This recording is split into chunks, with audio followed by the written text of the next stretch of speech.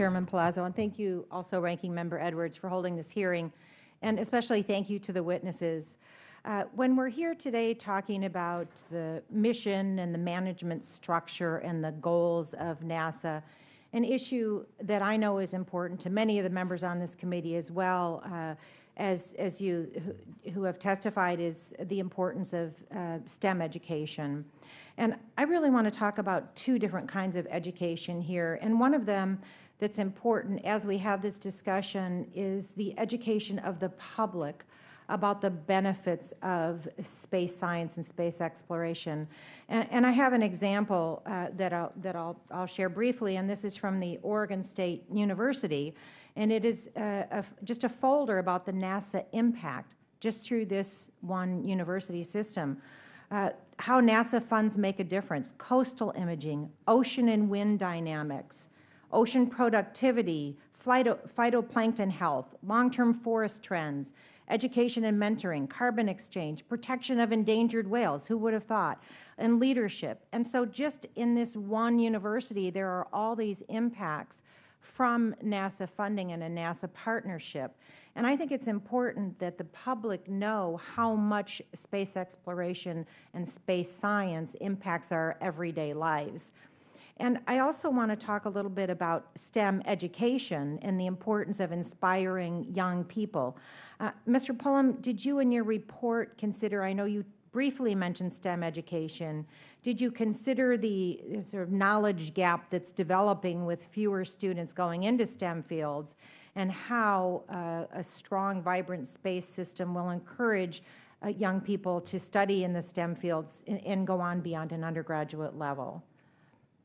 Yes, Congresswoman, thank you very much. We are, in fact, a big part of what we do at the Space Foundation is involved in STEM education across the country.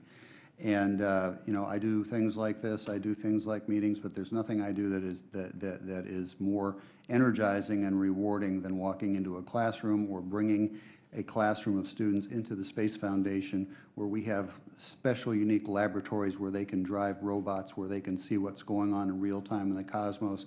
The implications of a program that excites the imagination are tremendous.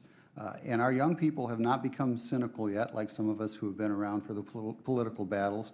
If you stick them in a room with an astronaut, by golly, they are there with an astronaut. We sent a group of people to Fairbanks, Alaska 2 weeks ago, and the pictures and the stories that came back from the experience of having astronaut Leroy Chiao visit Fairbanks is just phenomenal. So, in fact, I'll send you a copy of an article I've written that's going to be published in the next couple of days that talks about this, and it talks about the context of the recent meteor strike, and my frustration with the fact that most of the news coverage started with a reporter asking an expert, now, what is a meteor? We should have all learned that in grade school. We should know what meteors are. We shouldn't have talking heads explaining it to us. And so the data behind how we have trailed off in education, and you know, it's interesting, I know statistically correlation does not prove causation, but you can track NASA spending and enrollment in higher education programs and higher degrees in science and technology fields. If you look at the Apollo ramp up and then look at the enrollment ramp up, then you see Apollo trail off and the enrollment trail off, and then you see the space shuttle development and the enrollments goes up. This is really important to our competitiveness as a country.